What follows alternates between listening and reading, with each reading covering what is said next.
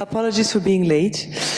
I have a very basic excuse, is that I have a 4-month-old baby at home, and he was hungry this morning. And that is part of the thing I wanted to talk to you about, is that priorities in life become much more clear when you have a baby. Well, at least I've discovered motherhood now, and it's a double. How should I put it? On the one hand side, you want this child to have a better world to live in, so you want to make sure that you fight, contribute, and strive for him to have a better future. On the other, you become terribly selfish, and all you care about is your child, and you think, who cares if the world is going upside down? I'm going to hide away in Tuscany and make sure that he's got good food and let the whole world collapse around me.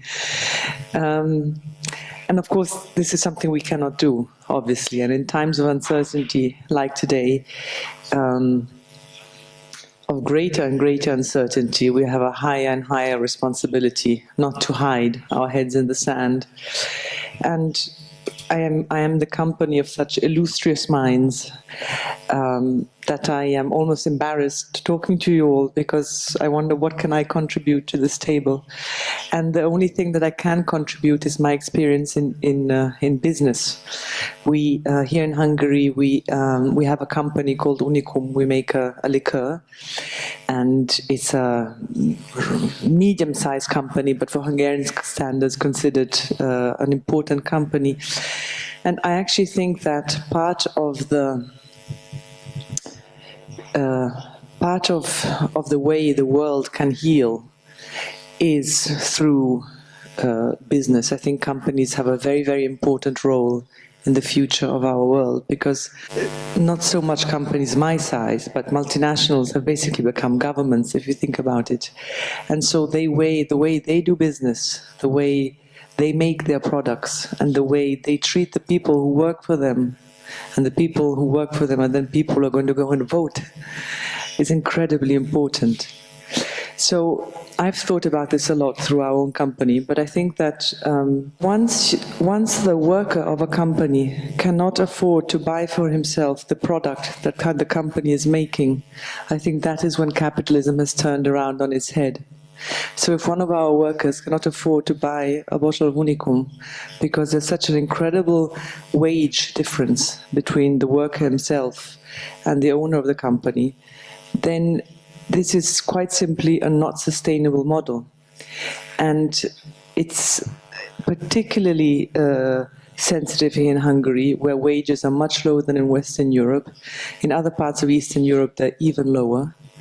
Hungary, I think, has lost 600,000 people to emigration, just due to wages. We're having difficulty hiring people, because people are just going abroad. But basically what I'm trying to say is that I remember very well once I was still at the beginning of my career, and I had a mentor, and I went to a business negotiation, and I got up from the table and I realized that the other person sitting across from me was far too happy.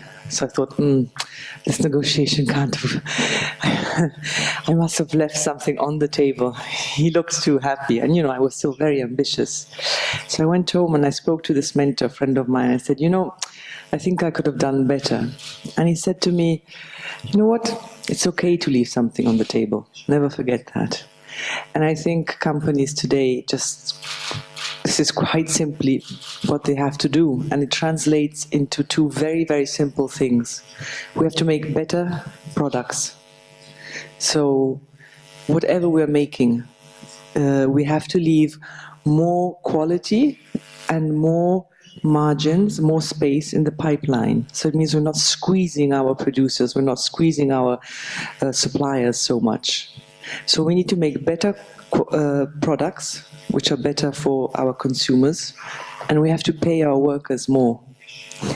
This is which at the end of the day translates into less profits for a company. Now, if I had said this to all of you before the 2008 crisis, they would have said, who is this naive young girl? At the time I was younger. Who is this naive young girl who's saying these very sort of idealistic things? It wasn't cool to say these things in a boardroom. But I've noticed that it's changing a lot, and companies around the world are adopting much more this model, and we're hearing much more the word sustainable business, which has become a bit of a cliche. But I repeat, it's very simple. Companies around the world, helped by their governments, are going to have to make less profits. And those less profits are not going to hopefully go into the pockets of politicians, but going to remain within the company, in their products and in the wages of their employees. So that is my message and my contribution, and thank you so much for allowing me to be here today. It's an incredible honor.